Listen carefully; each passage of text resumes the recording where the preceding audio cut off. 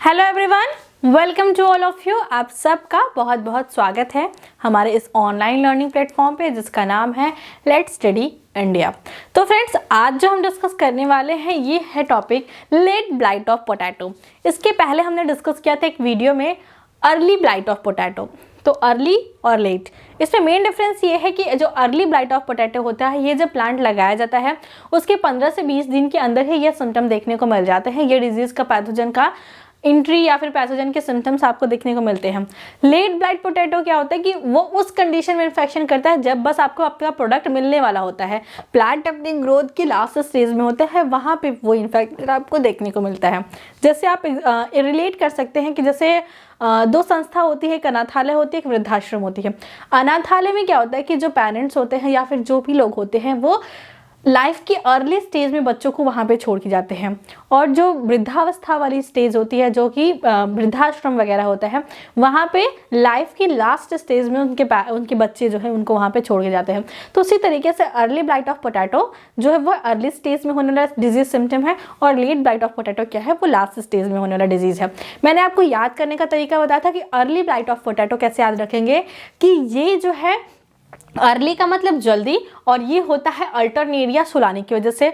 Alternaria Solani में देखिए letter क्या है, ए से स्टार्ट है, तो ये भी एक फंगस है जिसकी वजह से डिजीज होता है। तो ए से स्टार्ट है मतलब फर्स्ट लेटर है, तो अर्ली आ गया ये लेटर। अगर आप ABCD से चलेंगे तो सबसे पहले आपको लेटर क्या मिलेगा, ए। अर्ली लेटर में आपको इसके डिजीज के कॉजल ऑर्गेनिज्म देखने को मिलेंगे।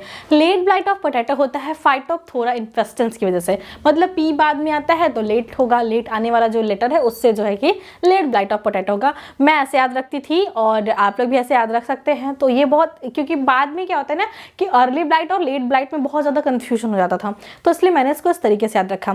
ये जो डिजीज़ है ये कभी 15 से 20 लाख लोगों की मौत का कारण बनी थी।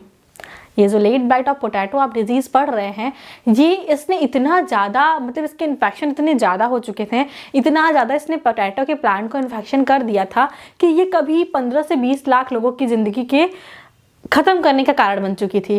तो इम्पॉर्टेंट प्लांट डिजीज़ है, इसको ये फिर से ना फैले, फिर से इतने लोगों की लाइफ ना ख़राब हो, इसलिए इसको आपको बहुत अच्छे से पढ़ना है और ये बहुत इंपॉर्टेंट है आपके एग्जाम पॉइंट ऑफ व्यू से। तो लेट ब्लाइट ऑफ पोटैटो क्या होता है कि जब प्लांट की लास्ट स्टेज होती है, मतलब उसकी ग्रोथ की लास्ट स्टेज होती है, तब यहाँ पे ये इन्फेक्शन देखने को मिलता है। अर्ली ब्लाइट पोटैटो में आपने पढ़ा था कि वहाँ पे क्या होता था कि लीफ की क्लोरोफिल वगैरह खराब हो जाती थी, प्लांट सूखने लगता था, ताकि ट्यूबर्स, तो क्या होता था कि अगर फोटोसिंथेसिस नहीं होगी तो आपको जो ट्यूबर्स मिलते हैं वो छोटी साइज के मिलेंगे, कम क्वान्टिटी में मिलेंगे, लेकिन जो मिलेंगे वो आप यूज़ कर सकते हैं एज अ फूड अगर वो बहुत ज़्यादा ख़राब नहीं होते हैं तो। लेकिन लेट ब्लाइट ऑफ पोटैटो में आप देखेंगे कि आपका जो पोटैटो होता है वो कंप्लीटली ख़राब हो जाता है, आप उसे यूज़ ही नहीं कर सकते। तो क्या, क्यों इतने लोग मरे थे इसके बारे में मैं आपको बताती हूँ कि देखिए early blight of late blight of जो पोटैटो डिजीज़ थी इसमें क्या होता है कि complete crop of potato destroy, ठीक है, complete crop of potato destroy, potato की पूरी फील्ड, पूरा जो उसकी प्रोडक्टिविटी है सब डिस्ट्रॉय, ना क्वालिटी बचेगा ना क्वांटिटी बचेगा। तो मानिए कि अगर आज के टाइम में फूड के इतने सारे रिसोर्सेज हैं, आपके पास सब्जी में बहुत सारे रिसोर्सेज हैं, आपके आलू ना अगर भी रहे तो आप बहुत सारे अदर रिसोर्सेज पे स्विच कर सकते हैं। लेकिन एक टाइम था जब लोग क्या करते थे कि सिर्फ दाल चावल और सब्जी के रूप में उनके पास आलू वगैरह रहते थे, उसी से अपना लाइफ सर्वाइवल करते थे। तो दाल वगैरह भी नहीं मिलती थी, तो आलू जहाँ पे मतलब भोजन का मेन सोर्स था। मान लीजिए कि आज आपके टाइम में चावल और गेहूँ वो क्या है कि जो ग्रामीण इलाके के लोग होते हैं या फिर जो मिडिल क्लास फैमिली होते हैं उनके लिए उनके भोजन का मेन स्रोत होता है। हालांकि हमारी बॉडी में प्रोटीन जो है वो ज़्यादा चाहिए होता है, हमारी बॉडी में प्रोटीन जो है वो ज़्यादा चाहिए होता है एज़ कम्पेयर टू कार्बोहाइड्रेट्स। तो तो देखिए जो लोग डाइट्स वगैरह करते हैं उनको ऐसे चीज़ों को खाने को रिकमेंड किया जाता है जिसमें प्रोटीन का कंटेंट ज़्यादा और कार्बोहाइड्रेट का कंटेंट कम हो। लेकिन जब बात आ जाती है आपकी भूख को ख़त्म करने की, तो वहाँ पे हम प्रोटीन कार्बोहाइड्रेट नहीं देखते हैं, बस सोचते हैं कि किसी तरीके से हमारी लाइफ की सर्वाइवल के लिए जो भी न्यूट्रिशन हमको चाहिए वो मिल जाए। वो प्रोटीन थोड़ा कम भी मिलता है फिर भी हम लोग सर्वाइव कर लेते हैं। तो मेनली हमारे यहाँ भोजन का मेन स्रोत क्या है? दाल, चावल, आलू की सब्जी, ये जो है मेन स्रोत होते हैं। तो अगर मान लीजिए कि गेहूं और चावल में कोई ऐसी डिजीज फैल जाए कि जिससे गेहूं की पूरी पैदावार खत्म हो जाए, तो अभी भी बहुत सारे ऐसे लोग हैं जो कि स्टारवेशन मतलब भूख से जिनकी डेथ हो सकती है। हालांकि हमारी सरकार या फिर हमारे जो अदर संस्थाएं हैं वो बाहर से इम्पोर्ट कर सकती हैं, लेकिन इम्पोर्ट करके जब चीज़ें आएंगी तो कॉस्टली भी होंगी। कॉस्टली होने के साथ साथ वो हर लोगों के लिए अवेलेबल नहीं हो पाएंगे। जिनके पास अच्छे पैसे होंगे वो उसके लिए पे करेंगे और वो ले लेंगे, लेकिन जिनके पास नहीं होंगी ऐसी सारी चीज़ें वो इसके लिए कैसे एलिजिबल हो पाएंगे? वो नहीं कर पाएंगे। तो वही चीज़ हुई थी आयरिश फेमाइन डिजीज़ में। यहाँ पे क्या हुआ था कि पोटैटो की पूरी क्रॉप खराब हो गई, कहीं भी पोटैटो ग्रो ही नहीं हुआ, और उसकी वजह से क्या हुआ कि बहुत सारे लोग जो है भूख की वजह से मर गए। हमारे इंडिया में भी जब स्वतंत्रता हुई थी उसके बाद के कुछ टाइम पे बहुत सारे लोग, मैंने खुद पर्सनली देखा है, कुछ फैमिलीज ऐसी होती थी जो कि आलू के सीजन में सिर्फ आलू को बॉईल कर करके खाती थी, ना चावल ना दाल, सिर्फ आलू के साथ अपना मतलब कि लाइफ को सर्वाइव करती थी।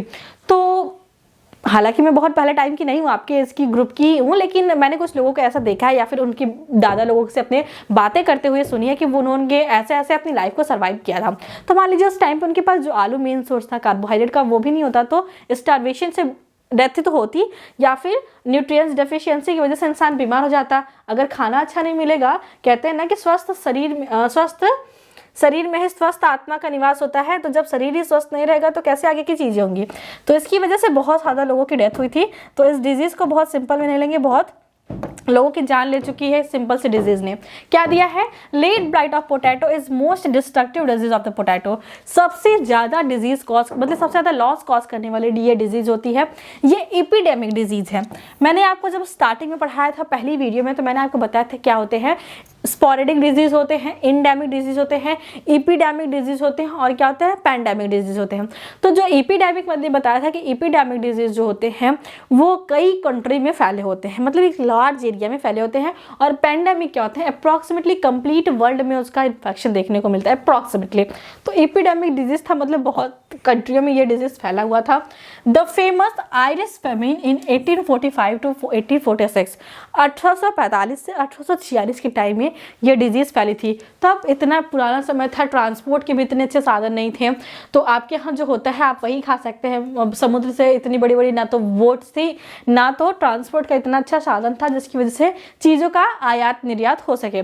तो the famous Irish famine of 1845 to 1846 was due to late blight of infection। 10 से 15 lakh people die with the starvation। उस टाइम में आयरिश फेमाइन जो डिजीज था 1845 टू 1846 में, उसमें 10 से 15 से ज़्यादा लोग जो हैं कि स्टारवेशन से उनकी डेथ हो गई थी। First describe by MJ Berkeley, named by D Barry. सबसे पहले इसको डिस्क्राइब किसने किया था? MJ बैरकली ने, और इसको नेम किसने किया था? D बैरी ने इसको नेम्ड किया था। ओरिजिनेटेड इन मैक्सिको, इसका जो ओरिजिन है या फिर इस डिजीज को सबसे पहले कहाँ देखा गया था? तो मैक्सिको में। स्प्रेड इन अदर कंट्री, वहाँ से ये जो है कि अदर कंट्री में इसका स्प्रेड हुआ। कैसे हो सकता है स्प्रेड? मान लो कि आलू की बीज कहीं किसी कंट्री से हमारी कंट्री में आई, तो इस तरीके से इसका स्प्रेड जो है एक कंट्री से दूसरे कंट्री में, दूसरे कंट्री से तीसरे कंट्री में फैलता गया। उसके बाद दिया क्या है? In India first introduce into Nilgiri hills. India में सबसे पहले इस डिजीज को देखा गया था कहाँ पे?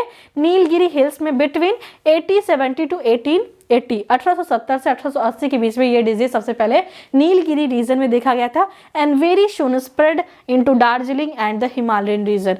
दार्जिलिंग और हिमालयन रीजन में बहुत जल्दी ही इसका स्प्रेड हमने देखने को मिला था। सबसे पहले कहाँ देखा था? नीलगिरी में। The first severe outbreak of the disease were reported between 1812 to 1828 from Assam, Bengal and Bihar. मतलब कि फिर धीरे धीरे अदर एरिया में असम, बिहार, बंगाल, यूपी, इन एरिया में भी ये डिजीज जो है सिम्टम इनके देखने को मिलने लगे। मैं आपको दिखाती हूँ figure. Late blight of potato अगर होता है तो इस तरीके से लीव्स जो होती हैं, ये जो लीव्स होती हैं ये इस तरीके से हो जाती हैं। इसमें जैसे लगता है कि पूरी जल गई हैं, सूख गई हैं, यहाँ पे कुछ बचा ही नहीं है। तो इस तरीके से ये डिजीज होते हैं। और ट्यूबर्स में क्या होता है? ट्यूबर्स के ऐसे सिम्टम आपको देखने को मिलेंगे।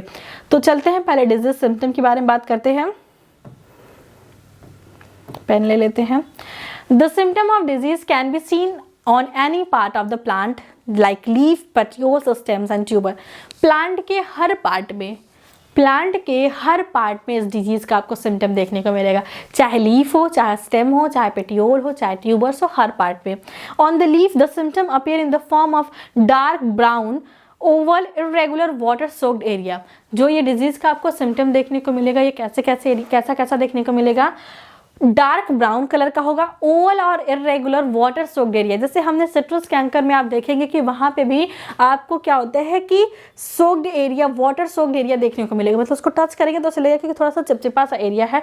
उसी तरीके से ओवल इरेगुलर ब्राउन कलर के आपको एरिया देखने को मिलेंगे। In early stage the symptom develop at the tip of the margin of the old leaf and later stage spread downward and inward.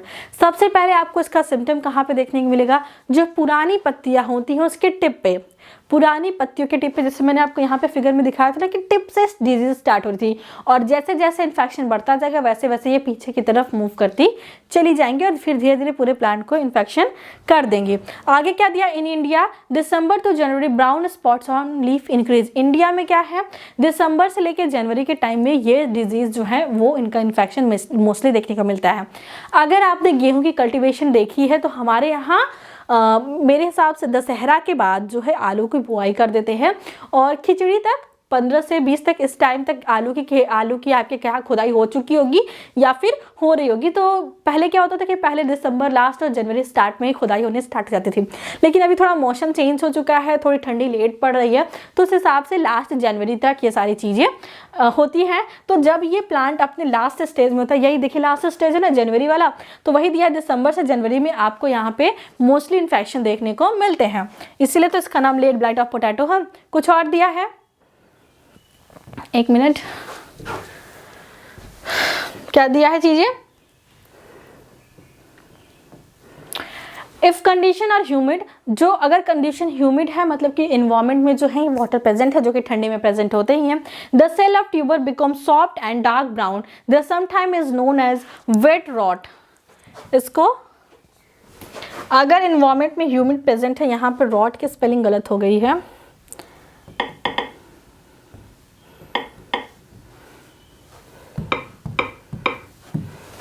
अगर इन्वायरमेंट में जो है ह्यूमिड प्रेजेंट होता है तो उसकी जो सेल्स होती हैं वो डार्क ब्राउन की कलर की जाती हैं, इसलिए इसको कहते हैं कि ये वेट रॉट है। अगर कंडीशन ड्राई है and dry atmosphere however the potato peels does not rot, अगर इन्वायरमेंट में ह्यूमिडिटी नहीं है तो इसका जो पील्स है मतलब जो टोमेटो के जो ट्यूबर्स हैं वो रॉट में कन्वर्ट नहीं होते हैं, लेकिन इंटीरियर पार्ट बिकम ब्लैक, इसका जो इंटीरियर पोर्शन है वो ब्लैक हो जाता है, and this condition is called dry rot. और ये कंडीशन क्या कहलाती है, ड्राई रॉट कहलाती है। मतलब अगर इन्वायरमेंट में ह्यूमिडिटी प्रेजेंट है तो उसमें क्या होगा कि आलू के ट्यूबर में भी ह्यूमिडिटी हो जाएगी, और वहाँ पर भी ह्यूमिडिटी अगर रहेगी तो ये वेट रॉट बनाएंगे ब्राउन कलर के, और अगर ड्राई कंडीशन है तो ये ड्राई रॉट का सिंथेसिस करेंगे। आगे कॉजल ऑर्गेनिज्म के बारे में देख लेते हैं कि ये आपको पता है कि किसकी वजह से होता है, फाइटोप्थोरा इन्फेस्टेंस की वजह से होता है। ये एक प्रकार का फंगस है, और ये जो फंगस है ये एंडोफाइटिक होता है, मतलब प्लांट के अंदर रहता है। प्रोफ्यूजली ब्रांच होती है, इसकी जो माइसीलियम होती है वो प्रोफ्यूजली ब्रांच होती है, इस तरीके से ब्रांचिंग देखने को मिलती है, इस तरीके से, सॉरी इस तरीके से ब्रांचिंग नहीं, थोड़ा ढंग से बना लो भाई, इस तरीके से ब्रांचिंग देखने को मिलती है। और इनके अंदर सेप्टा का फॉर्मेशन नहीं होता, इसमें जो है न्यूक्लियस जो है सिनोटिस्टिकली यहाँ पे स्प्रेड होते हैं, मतलब कि सेल डिवीजन होता है, न्यूक्लियस डिवीजन होता है, मतलब कैरियोकाइनेसिस होता है पर साइटोकाइनेसिस नहीं होता। मतलब आप लिख सकते हैं karyokinesis occurs but cytokinesis does not. Cytokinesis does not. तो इसीलिए इसमें जो है कि सेल के बीच में वॉल का फॉर्मेशन नहीं होता, और ऐसी कंडीशन को कहते हैं कि सिनोसिटिक हाइफी है। डेवलप इंटरसेलुलर एंड फॉर्म हॉस्टीरिया, ये सेल के दो सेल के बीच में डेवलप होते हैं, इंटरसेलुलर होते हैं और फॉर्म करते हैं हॉस्टीरिया। हॉस्टीरिया वो ऑर्गन होता है जो कि फंगाई जो है डेवलप करते हैं। जैसे कि मान लीजिए ये, जैसे मान लीजिए क्या है, ये कोई सेल है और यहाँ पे जो है कि कोई माइसीलियम ग्रो हो रही है, और इस माइसीलियम में इस तरीके से कुछ सेल्स बनती हैं, और ये क्या करती हैं, होस्ट सेल के अंदर पेनिट्रेट करके यहाँ से न्यूट्रिशन लेती हैं। तो ये जो एरिया है इसे वो कहते हैं ये हॉस्टोरिया है, हाउस्टोरिया है। ठीक है, तो ऐसे सिम्टम को क्या कहते हैं, लो भाई मिटा दिया मैंने, ये टच हो जाती है कहीं और से बोर्ड पे तो आपकी सारी चीज़ें मिट जाती हैं। तो ये हाउस्टोरिया है। तो ये हो गया आपके कॉजल ऑर्गेनिज्म के बारे में। डिजीज साइकिल के बारे में बात करते हैं। डिजीज साइकिल क्या है, सोर्स ऑफ प्राइमरी इन्फेक्शन, अगर इन्फेक्शन हो रहा है तो उसका प्राइमरी सोर्स क्या है, इन्फेक्टेड ट्यूबर, मतलब आपने खेत में कोई इन्फेक्टेड ट्यूबर ला के लगा दिया तो वो सोर्स इन्फेक्शन का प्राइमरी सोर्स है। उसके बाद infected tuber carry mycelium on fruiting body of the pathogen, और जो इन्फेक्टेड ट्यूबर है वो क्या करता है, चाहे तो फ्रूटिंग बॉडी कैरी करता है या फिर क्या करता है कि माइसीलियम को कैरी करता है, मतलब जो फ्रूटिंग जो आपने पोटैटो लिया जिसमें इन्फेक्शन था उसके अंदर माइसीलियम भी हो सकता है उस पैथोजन का, या फिर उसकी फ्रूटिंग बॉडी भी हो सकती है। Secondary infection are transmitted, secondary infection जब ट्रांसमिट होता है when healthy plant come into contact with the infected plant, मतलब कि अगर हेल्दी प्लांट इन्फेक्टेड प्लांट के कांटेक्ट में आता है तो सेकेंडरी इन्फेक्शन होता है। मतलब कि आपने कोई आलू लाया जिसमें इन्फेक्शन था, उसको क्या किया कि आपने जो है कि प्लांट में ग्रो कर दिया, तो ये क्या हो गया कि आपने कोई इन्फेक्टेड ट्यूबर लाके अपने खेत में ग्रो किया, इसका मतलब आपने अपने खेत में उस इन्फेक्शन को बुलावा दे दिया।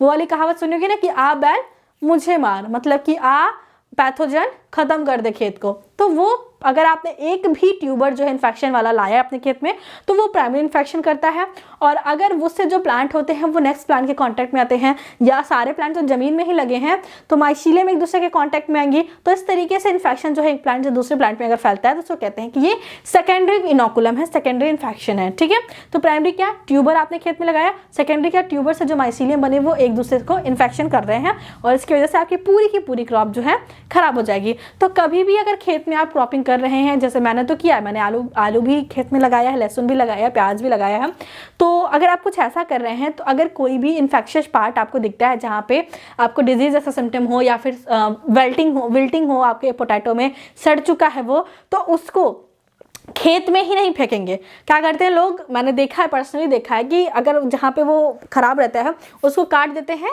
और अपनी जो क्यारी होती है जिसमें बोना होता है उससे जो है कि बाहर फेंक देते हैं। अरे भाई आप बाहर फेंक रहे हो, अगर आपने पड़ोसी के खेत में भी फेंक दिया तो माइसीलियम वहां से आपके अंदर भी तो ट्रांसफर होगा, जमीन तो जुड़ी हुई है ना, उसको थोड़ी ना पता है कि पड़ोसी के बीच से मेड़ जो है इसको क्रॉस करके नहीं जाना है। माइसीलियम तो ट्रांसमिट होगा ही, उसको किसी पर्टिकुलर पार्ट में रखेंगे, मतलब कोई बर्तन ले लेंगे, कोई प्लास्टिक ले लेंगे, उसमें उसको रखेंगे और उसको अपने फील्ड से बाहर ले जाके कहीं जमीन में दबा देंगे या फिर कहीं उसको जला देंगे, जमीन में नहीं, वैसे आप उसे जला सकते हैं या फिर आप उसको किसी भी अच्छे तरीके फंगिसाइड वगैरह डाल सकते हैं उसके अंदर। तो आपको उसको अपने खेत में ही नहीं छोड़ना, मान लीजिए आपने उसको लाइन में नहीं लगाया, खेत के मेड़ पे फेंक दिया, तो मेड़ से तो अगर वो ग्रो होता है माइसीलियम उसके, तो पूरी खेत में इन्फेक्शन आपको देखने को मिलते हैं। इस तरीके से बहुत सारे इन्फेक्शन जो है खेत में फैल जाते हैं जो कि लोगों की गलतियों की वजह से फैलते हैं। तो ये सारी चीज़ों का अगर आप खेती करते हैं तो ध्यान दीजिएगा। और मुझे ऐसा लगता है कि मोस्टली जो स्टूडेंट होते हैं वो गाँव इलाके से अगर होते हैं तो वो कभी ना कभी ये सारे काम करते हैं। मैं खुद तो मैंने ये सारी चीज़ें की इसलिए मैं आपको बता रही हूँ। उसके बाद डिजीज साइकिल के बारे में देख लेते हैं कि इनकी एसेक्सुअल रिप्रोडक्शन और सेक्सुअल रिप्रोडक्शन दोनों होता है। ये मान लीजिए इन्फेक्टेड ट्यूबर है, यहाँ पे देखिए इन्फेक्शन हुआ है। इन्फेक्टेड ट्यूबर जो होता है, अगर ये जो रेड कलर की आपको दिख रही है ये इसके सेक्सुअल रिप्रोडक्शन की साइकिल है, और जो ब्लू कलर की दिख रही है इसकी जो है कि एसेक्सुअल रिप्रोडक्शन की साइकिल है। तो पहले एसेक्सुअल रिप्रोडक्शन देख लेते हैं कि अगर ट्यूबर है, ट्यूबर से सीडलिंग अगर ग्रो होती है, मतलब ट्यूबर अगर आपने ग्रो कराया, seedling produce by infected tuber become infected. अब कहते हैं ना कि जिसके खून में ही गंदगी होगी, मतलब गंदगी का मतलब जिसके फैमिली बैकग्राउंड ही वैसा रहेगा तो उसके अंदर वैसा सिम्टम देखने को मिलेंगे, मतलब उनका जेनेटिक्स ही वैसा था इसलिए उनके अंदर वो सारे सिम्टम है। तो इसका बेचारे का तो इन्फेक्शन अगर ट्यूबर में था तो इससे जो प्लांट होंगे वो भी तो इन्फेक्टेड होंगे। जैसे कह सकते हैं कि अगर आपने इन्फेक्टेड प्लांट लगाया है तो आप अच्छे प्लांट की उम्मीद कैसे कर सकते हैं। क्या कोई हिंदी में तो कहावत थी कि नीम बोत है तो आम कहाँ से पावे, ऐसा समथिंग। तो मतलब आपने जो लगाया, इन्फेक्टेड ट्यूबर लगाया, तो जो प्लांट होंगे वो इन्फेक्टेड ही होंगे। और ये इन्फेक्टेड प्लांट क्या, स्पोरेंजियम का फॉर्मेशन करते हैं। ये स्पोरेंजियम जो स्पोर्स का फॉर्मेशन करते हैं और ये जो स्पोर फिर जो है कि नए प्लांट को इन्फेक्शन कर सकते हैं। ठीक है, तो ये इनकी एसेक्सुअल साइकिल है कि जो ट्यूबर से नया प्लांट ग्रो होगा उस प्लांट में जो स्पोरेंजियम बनेगा, जो उसकी माइसीलियम है, वो जो स्पोरेंजियम जो स्पोर बनाएगा और वो जो स्पोर जो है नए प्लांट को इन्फेक्शन करेगा। यहाँ पे अगर हम सेक्सुअल रिप्रोडक्शन की बात करें तो उसका जो मेल पार्ट है जिसे एंथ्रीडियम कहते हैं और जो फीमेल पार्ट है जिसको कहते हैं ओगोनियम, इन दोनों में फ्यूजन होगा और ऊ स्पोर का फॉर्मेशन होगा। इस स्पोर से क्या बनेंगे, स्पोरेंजियम बनेंगे और ये स्पोरेंजियम फिर जो है जो स्पोर का फॉर्मेशन करेगा जो कि नए प्लांट को अफेक्ट करेगा। तो ये इनकी लाइफ साइकिल है, डिजीज साइकिल है। तो फिर सोर्स तो आपने देख लिया। उसके बाद कंट्रोल के बारे में देख लेते हैं कि आप किस तरीके से इस डिजीज़ को कंट्रोल कर सकते हैं। अब इस डिजीज़ ने 15 से 20 लाख लोगों की जान ली है, तो इसको कंट्रोल करना तो बहुत इंपॉर्टेंट है।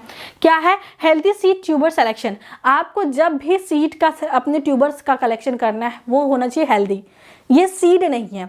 देखिए हम लोग क्या करते हैं, हमको पता होना चाहिए सीड का मतलब क्या होता है। बीज, बीज कब बनता है? आफ्टर द पॉलिनेशन, मतलब कि जब पॉलिनेशन या फर्टिलाइजेशन के बाद जो सीड बनता है उसको हम लोग बीज कहते हैं। तो ट्यूबर जो है वो स्टेम का पार्ट है। ट्यूबर क्या है? वो स्टेम का पार्ट है, और वहाँ पे इसको सीड टर्म इसलिए देते हैं क्योंकि इसको ग्रो करके हम नया प्लांट ले सकते हैं। तो जनरली अगर आप प्लांट के केस में, मतलब अगर आप एनाटॉमी फिजियोलॉजी के केस में लेंगे तो ये सीड नहीं है, ये ट्यूबर है। लेकिन अगर आप कल्टीवेशन के कॉन्सेप्ट से लेते हैं तो ये उनके लिए सीड है। जैसे ईख की कल्टीवेशन कैसे करते हैं कि इस ईख के छोटे छोटे टुकड़े काट देते हैं और उसको जो है लगा देते हैं। तो उसको भी नॉर्मली अगर आप एग्रीकल्चर फील्ड में देखेंगे तो उसको कहते हैं शुगर केन सीड, लेकिन वो क्या है? वो तो उसका स्टेम है। तो यहाँ पे जो ट्यूबर सीड ट्यूबर दिया है, मतलब कि उस ट्यूबर को लगा के आप नए प्लांट ले सकते हैं। तो हेल्दी सीड ट्यूबर सिलेक्शन करना है आपको। फील्ड सैनिटाइजेशन करना है, मतलब प्लांट अपनी बुआई करने के पहले उसमें फंगीसाइड वगैरह आपको डालने हैं। Tuber treatment before storage. आप जैसे आपने खेत में से आलू लाया तो उसको एक बार जो है कि फंगीसाइड के घोल में धुल लेते हैं। जो भी ट्रीटमेंट करना होता है ट्यूबर की वो स्टोरेज के पहले करते हैं। जो भी कोल्ड स्टोर में या फिर जहाँ पे अभी आप उसको स्टोर करेंगे वो पूरा का पूरा मतलब कि क्या होना चाहिए? कूल होना चाहिए, अच्छी क्वालिटी में कूल होना चाहिए। Dry and well aerated. Well aerated मतलब वहाँ पे हवा का जो आना जाना है वो वेल एरिएटेड होना चाहिए। और क्या है? Use of disease resistant variety. आपको जो वैरायटी यूज़ करनी है वो डिजीज रेजिस्टेंट करनी है। जैसे कुर्फी रेड, कुफरी नीला और क्या दिया? कुफरी कुंडन। ये 3 जो वैरायटी मेनली जो है वो कल्टीवेटेड की जाती हैं। Spray of fungicide like Bordeaux mixture, Dithane Z78। इस तरीके से कुछ फंगीसाइड का यूज़ कर सकते हैं। आपको सबसे इंपॉर्टेंट क्या है कि जो ट्यूबर लेना है उसमें इन्फेक्शन नहीं चाहिए। अपने खेत की सैनिटाइजेशन करनी है। और क्या कर सकते हैं? अगर आप कर सकते हैं तो आप रेजिस्टेंट वैरायटी ग्रो कर सकते हैं।